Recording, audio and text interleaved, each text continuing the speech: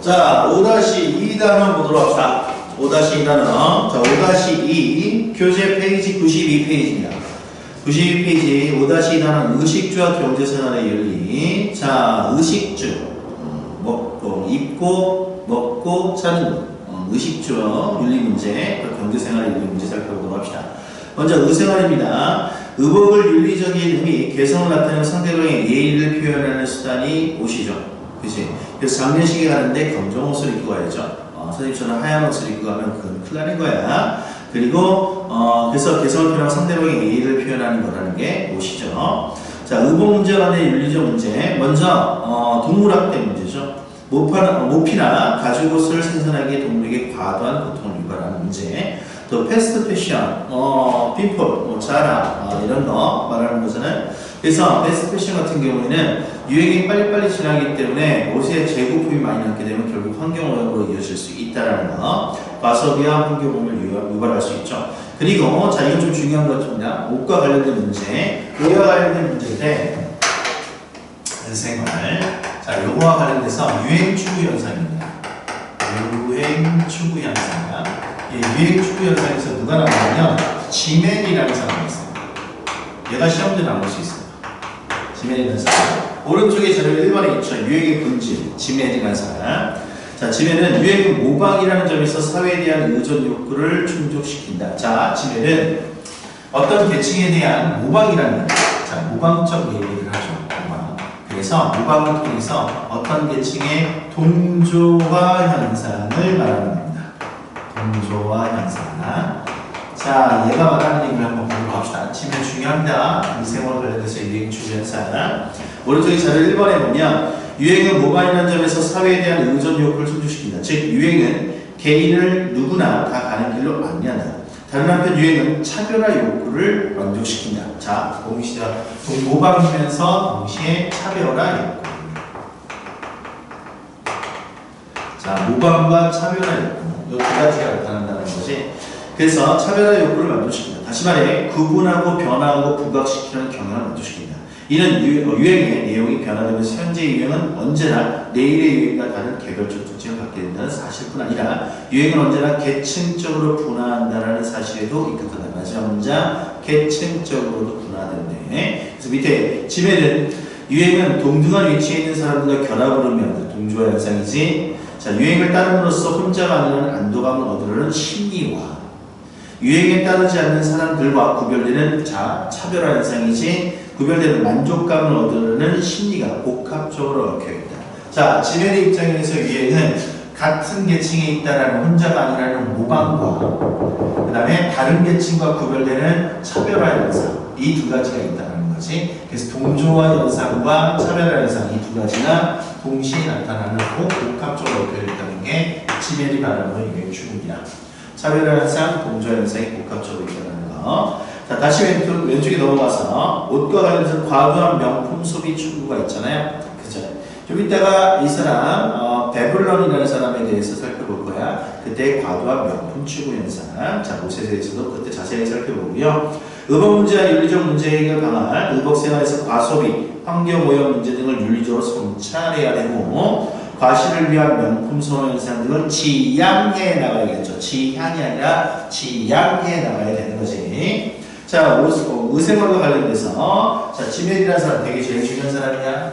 자, 동조화 현상, 차별 현상 동시에 나타나는 게 유행이라는 걸 기억해두고 두 번째 음식과 관련돼서 식이죠.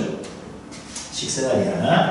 자, 식과 관련돼서 우리가 좀 기억해야 될 게 싱어라는 사람에 대해서 또 나올 거야. 자, 음식은 인간의 생존을 위해 필요한 수단이자 삶의 즐거움을 누리기 위한 문화죠. 자, 음식 문화에 대한 윤리적 문제, 인체에 유해한 식품과 무절제한 음식 섭취. 이 무절제한 음식 섭취와 관련해서 식생활에서도 중요한 사람인데, 자, 식과 관련해서 무절제한 음식 섭취. 무절제한 음식 섭취 같은 경우에는 자, 우리 두 사람을 기억해 봅시다. 먼저 아리스토텔레스라는 사람. 아리스토텔레스는 우리가 음식을 먹는 데 있어서도 중용의 자세가 필요하다라고 얘기했죠. 또 한 사람 석가모니라는 사람이 있어요. 석가모니 역시 석가모니는 뭐라고 얘기를 하냐면 음식을 먹는 것 또한 수행의 한 방법이다. 수행의 한 방법이다. 그렇죠. 자, 그래서 위에 조그만 글씨가 석가모니는 음식이 욕망의 대상이 되어서는 안 된다고 봤어. 그치? 그래서 그리고 하나의 수행이라고 생각하고, 자, 아리스토텔레스는 음식을 섭취할 때도 절제와 같은 덕에 맞게 행동해야 된다. 중용적 관점에서 접근해야 된다는 거야. 오케이? 그래서 이 두 사람, 아리스토텔레스 음식을 먹는 데서도 적절하게 절제, 중용의 덕을 갖춰야 되고, 석가모니도 음식을 먹는 것은 하나의 수행이다. 이렇게 볼 거야. 그 다음에 밑에 무분별한 화학비료나 농약 사용, 음식물의 이동거리 연장에 따른 탄소 배출량 증가, 동물에 대한 피윤리적 문제, 이 문장 추천합시다. 동물에 대한 피윤리적 문제에 관련해서 우리가 싱어라는 사람을 있죠. 항상 싱어 나오면 선호복리주의라고 해서 선호복리주의면서 동시에 동물 해방론자죠. 동물 해방론의 입장에서 있습니다. 선호복리주의와 동물 해방론. 오른쪽에 자료 2번 봐봐. 자, 동물에 대한 비윤리적 대우. 우리 싱어 기억나죠? 우리 자연을 바라보는 관점에서 동물 중심주의 입장에 있었던 사람. 그치? 쾌감성 능력만 있으면 도덕적 지위를 부여받을 수 있고, 우여되고 도덕적 고려가 예상된다고 했어. 그런데 싱어가 비판한 내용이야. 공장식 축사는 동물을 우리가 이용할 수 있는 대상이라는 태도에 입각하여 과학과 기술로 응용한다. 고기 생산자들은 시장에서의 경쟁 때문에 동물의 삶을 더 비참하게 만든다. 이러한 방식으로 생산된 고기, 달걀, 우유를 산다면 우리는 감각이 있는 동물을 평생 동안 답답하고 부적합한 환경 속에서 강도한 육류 생산 방식을 묵인하고 있는 것이다. 그래서 돼지 같은 경우에는 가로 60cm, 세로 1m 30cm 안에 가축 산다라는 거야. 이런 비윤리적인 가축 사육에 대해서 문제점 비판을 하는 거야. 싱어는 짧은 시간에 최대한 많은 육류를 생산하기 위해 동물을 좁은 공간에 가둬 사육하는 극심한 고통을 유발하는 공장식 수산을 비판했던 거죠. 싱어, 동물 해방론자.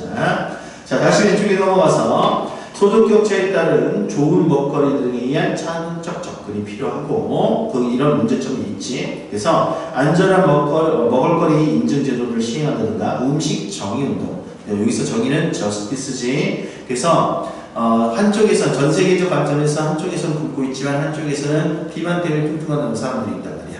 자, 이런 식량 분배 정의 문제에 대해서 생각해 봐야 된다.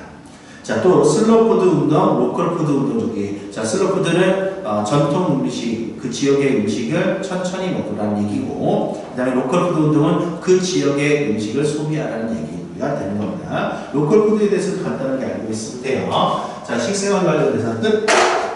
우리 이 사람들 기억해야 돼요. 식생활 관련해서 아리스토텔레스, 석가모니, 싱어. 자, 그다음에 주생활입니다. 집이죠. 자, 집과 관련해서는 우리 이 사람이 항상 시험 문제입니다. 공간 책임론, 인간과 공간에 대해서 얘기를 하는 볼로브라는 사람이거든요. 볼로브. 되게 중요한 사람이에요. 그 다음에 하이데거도 또 나올 거야. 자, 우리 주생활에 대해서 살펴보도록 합시다. 주생활은 집이죠. 자, 휴식과 평화를 누리는 또 공간이자 외부 세계의 혼란으로부터 찾아내는 안정된 공간이 집이죠. 자, 그래서 볼로브도 문화를 별표처럼 해놓고요. 자, 볼로브는 삶의 중심이자 외부의 위협부터 인간을 안전하게 보호하는 공간이 바로 집이라고 생각합니다. 그래서 오른쪽에 자료에서 한번 보면 인간과 공간, 그리고 공간 책임론이라는 책에서 이런 얘기를 합니다. 인간은 세상으로 나아가 자신의 과제를 완수해야 된다. 인간은 생업에 종사하면서 그것과 필연적으로 연관된 위험에 내려져진다. 그러나 세상에서 과제를 완수하고 나면 집의 보호 속으로 들어올 수 있는 기회를 얻어야 된다. 극단적인 긴장관계가 맺어진 이 두 측면은 똑같이 필요하며 세계라는 외부 공간에서 누군가 집이라는 내부 공간에서의 휴식이 균형을 이룰 때 인간은 내적으로 건강해진다. 오케이? 근데 이게 왜 중요하냐? 자, 본론은 인간과 공간이라는 얘기에서 이런 얘기를 합니다. 자, 주거함이라는 것은 외부 세계로 나가는 연결된 통로이면서 동시에 자신의 사생활을 지켜나가는 닫힌 공간이기도 하죠. 열린 공간이자 닫힌 공간일 수 있다는 거예요. 열린 공간이면서 동시에 닫힌 공간이 될 수 있다. 공간이 될 수 있다. 됐죠? 오케이? 자, 요거 기억해 두고요. 자, 또 한 사람 중요한 사람이 있어요. 자, 밑에 본론은 당연히 시험 문제 나옵니다. 다시 왼쪽에 넘어가서. 주거문화의 윤리적 문제, 현대인은 집을 부의 축적 수단으로 바라보는 경향이 있고요. 주거 형태가 공동주택으로 변화되면서 이웃 간 소통 단절이나 갈등이 발생하는 거죠. 또 거주 공간의 본래적 의미를 상실한다. 거주 공간의 본래적 의미, 휴식의 공간의 의미를 상실한다. 그래서 옆에 빨간색이 중요한 건데 하이데거는 이렇게 주거하는 공간의 의미를 상실하는 관련 형상을 뭐라고 얘기하냐면 고향의 상실이라고 표현하겠습니다. 고향의 상실이라고 표현합니다. 이 부분 중요한 거지. 그래서 빨간 글씨 봐봐. 하이데거는 집이 휴식과 평화를 누리며 내면의 안정을 찾는 공간이라고 보았으면 이러한 집의 본래적 의미가 상실되는 현상을 고향의 상실이라고 표현했습니다. 자, 다시 밑에 주거문화의 윤리적 문제 해결 방안, 행복한 삶을 위한 기원 터전이란 집의 본래적 의미를 회복하고 이웃과 함께 생활하는 공간에서 발생하는 분쟁과 갈등을 해결함으로써 공동체를 고려하는 주거문화를 형성한다. 자, 또 공동체 구성원들의 유대감을 강화하기 위한 노력하고 안정적인 주거권을 누릴 수 있도록 해줘야 되죠. 자, 안정적인 주거권. 자, 의식주의였습니다. 자, 이것들 수세와 관련돼서는 이 사람 볼로브와 하이데거라는 사람 기억해 두면 거야. 자, 의식주 살펴봤어요. 옆에 페이지 넘어가서 자, 경제생활에 발생하는 윤리적 문제 보도록 합시다. 자, 합리적 소비와 윤리적 소비가 있죠. 자, 합리적 소비, 윤리적 소비 이 두 가지 구분하는 건데, 자, 근데 미리 얘기를 하자면 합리적 소비, 윤리적 소비. 결론적으로 둘 다 소비입니다. 제발 이런 문제 틀리면 안 돼. 결론적으로 자신의 욕구를 충족해가는 소비입니다. 둘 다 소비야. 다만 합리적 소비는 비용적 관점만 따지는 거야. 하지만 윤리적 소비는 있잖아. 비용적 관점뿐만 아니라 사회적 책임까지 있어. 책임도 그리고 환경 문제도 고려하는 거죠. 간단한 얘기야. 중요한 얘기인데 합리적 소비는 본인의 소득 범위 내에서 최소한의 비용으로 자신의 욕구를 충족시키는 거야. 비용은 적게, 만족감은 크게. 이게 합리적 소비죠. 자, 문제점 저임금으로 인한 노동권의 침해, 가격을 싸게 하는 거니까. 그리고 불공정한 분배의 심화, 동물학대, 환경오염 문제 등을 나올 수 있어. 윤리적 소비는 윤리적 가치에 따라 판단하여 소비하는 것으로 인권, 정의, 환경, 평화 등 인류의 보편적 가치를 중요시 여기는 거야. 그래서 이웃 사랑을 실천하고 친환경적인 삶을 만들어가는 거지. 자, 예를 들어서 환경 보존을 생각하는 소비, 환경 문제를 생각하는 소비, 공동체적 가치를 생각하는 소비, 자, 동물 복지를 생각하는 소비, 인권과 정의를 생각하는 소비 등등이 있는 거야. 그래서 옆에 자료 4번에 나와 있는데 이거는 뭐 쉬운 거니까 읽어보면 돼. 자, 중요한 거 문제 하나. 자, 둘 다 소비라는 걸 기억해놔야 돼. 둘 다 소비야. 자신의 욕구를 만족시켜가는 소비적인 측면입니다. 자, 근데 다만 합리적 소비, 다시 한번 얘기한다. 합리적 소비는 비용만을 고려하는 거야. 소비하는 데 있어서. 근데 윤리적 소비는 비용뿐만 아니라는 표현이죠. 비용뿐만 아니라 자, 사회를 생각하는 소비, 환경을 생각하는 소비, 동물을 생각하는 소비를 하겠다는 게 윤리적 소비가 되는 거죠. 자, 비용뿐만 아니라 표현했다. 자, 밑에 사회적 자본입니다. 자, 사회적 자본은 퍼트넘이라는 사람이 얘기했는데, 자, 사회적 자본.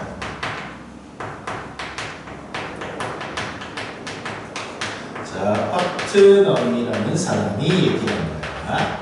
이 사회적 자본이 뭐냐면, 이 얘기할 때 그 얘기했어요. 아프리카의 나이지리아가 아프리카에서 제일 소비가 많단 말이야. 그렇다고 걔네가 발전했느냐? 아니죠. 사회적 인프라와 사회적 신뢰, 사회적 협력 관계가 제대로 성립하지 못했죠. 한 나라가 경제 발전하려면 사회적 신뢰, 사회적 협력, 사회적 인프라가 잘 구축되어 있어야 돼. 이거를 사회적 자본이라고 하는 거야. 그래서 밑에 보면 사회적 자본의 의미, 한 사회가 신뢰하고 소통하고 협력하는 사회적 역량을 말하죠. 사회적 자본에는 자, 사회적 자본의 효과, 경제적 효율성 및 생산성을 제고하고 개인의 복리 증진, 사회 통합의 기반을 강화할 수 있다는 측면이 있습니다. 그래서 밑에 보면 사회적 자본에서 공동체 유대감, 타인에 대한 배려, 호혜성과 신뢰, 공동체 활동에 대한 적극적인 참여, 고통을 나누고 슬픔을 같이 하는 공감대 등이 있다. 사회적 자본의 풍부한 사회는 경제적 거래의 안정성을 높아 거래 비용을 줄일 수 있으며 이는 경제적 효율성과 생산성 향상으로 이어질 수 있죠. 경제 발전하려면 사회적 자본이 필요하다. 자, 밑에 현대사회의 문제점. 자, 현대 소비 문화의 문제점. 현대 소비 문화의 특징과 문제점 보면 대량 소비, 과소비가 문제죠. 물질의 소유가 곧 행복이라는 잘못된 가치가 조장할 수 있고요. 자원 낭비와 환경 오염으로 인한 생태계 파괴 문제를 유발할 수 있죠. 자, 그리고 밑에 그 글자 봅시다. 기호 소비. 자, 우리 장 보드리아르라는 사람이 있어요. 자, 프랑스 사람인데, 자, 중요한 사람이야. 자, 기호 소비 동남의 별표 처리했고요. 자, 장 보드리아르라는 사람. 이 사람이 조금 어려운 책 시뮬라시옹 시뮬라크를 뭐 몰라도 돼. 시뮬라시옹 시뮬라크를 얘기를 했거든. 오늘날의 소비는 기호 소비 형태라고 했어.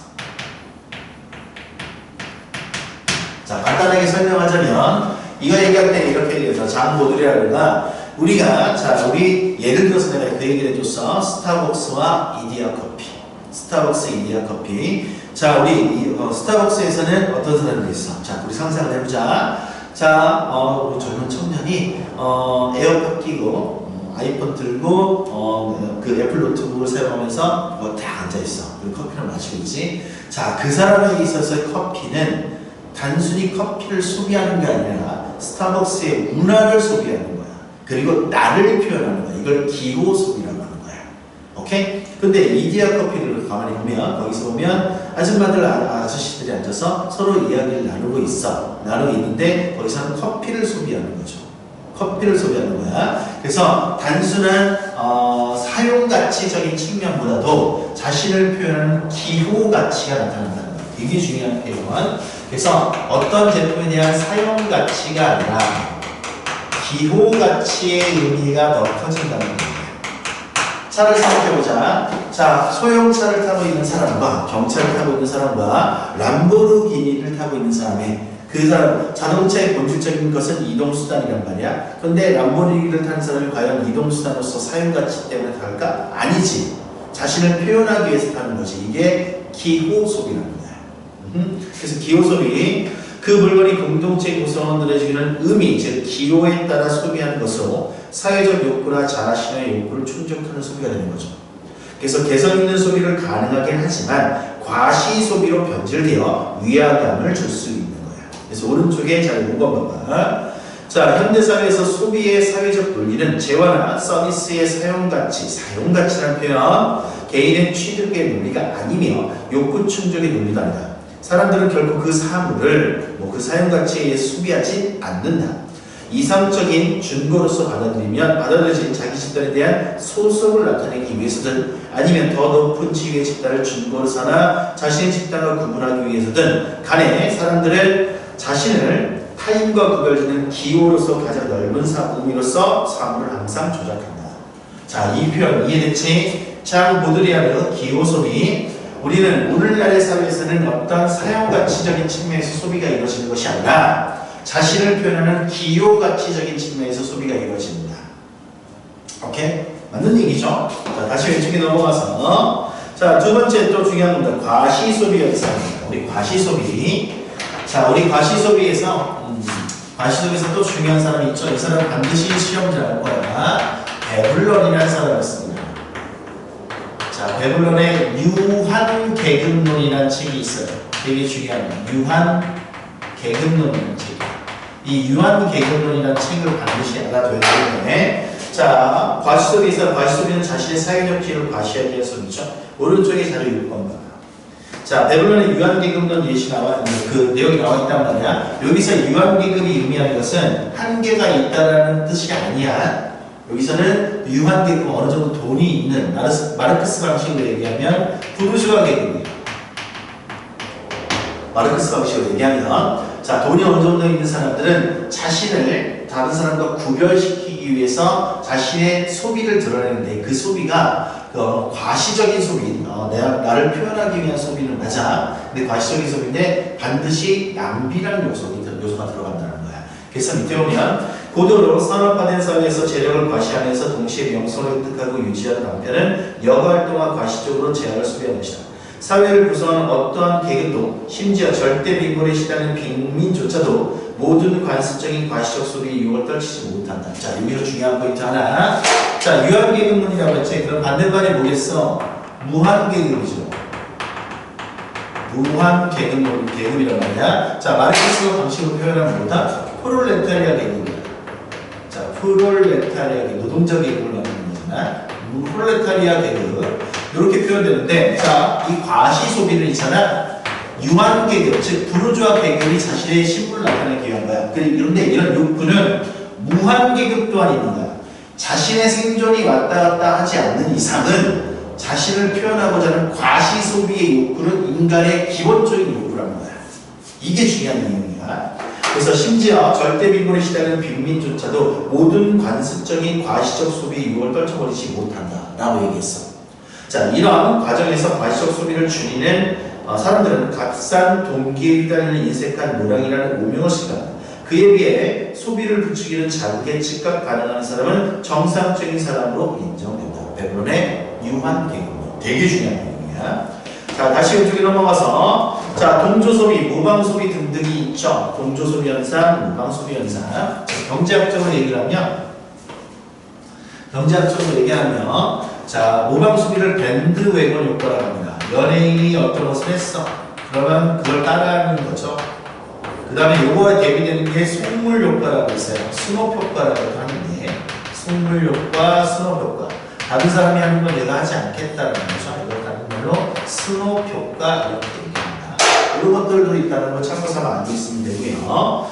자, 최근에 와서 소비자의 영향이 증대되겠다. 소비자가 구매력을 활용해서 소비의 주체가 되기도 하지만 일부 소비자의 과도한 요구로 인해 문제가 발생하기도 하죠. 또 가상 공간에서의 소비도 증가하고 있어. 가상의 디지털 사물을 실물 자산처럼 사고 파는 일이 많아지고 가상 공간의 아바타를 꾸며 과시소비를 충족하는 경향이 나타나고 충동 소비, 모방 소비, 과소비로 이어지죠. 가상 공간의 아이템은 가상 공간에 사라진과 동시에 소멸될 수 있습니다.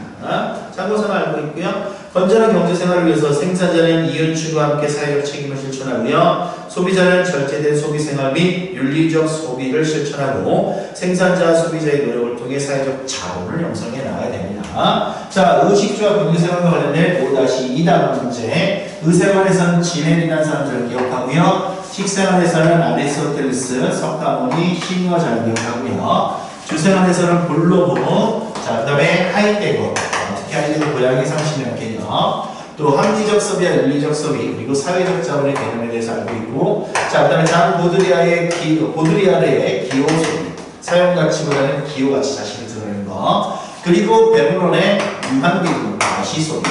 자, 무한계급 프롤레타리아, 유한계급 부르주아, 무한계급 프롤레타리아지. 자, 그 밖에 이제 밴드웨건 효과라든가 연예인 따라하는 현상, 속물 효과 등등이 있습니다. 참고삼아 알고 있으면 돼요. 5-끝!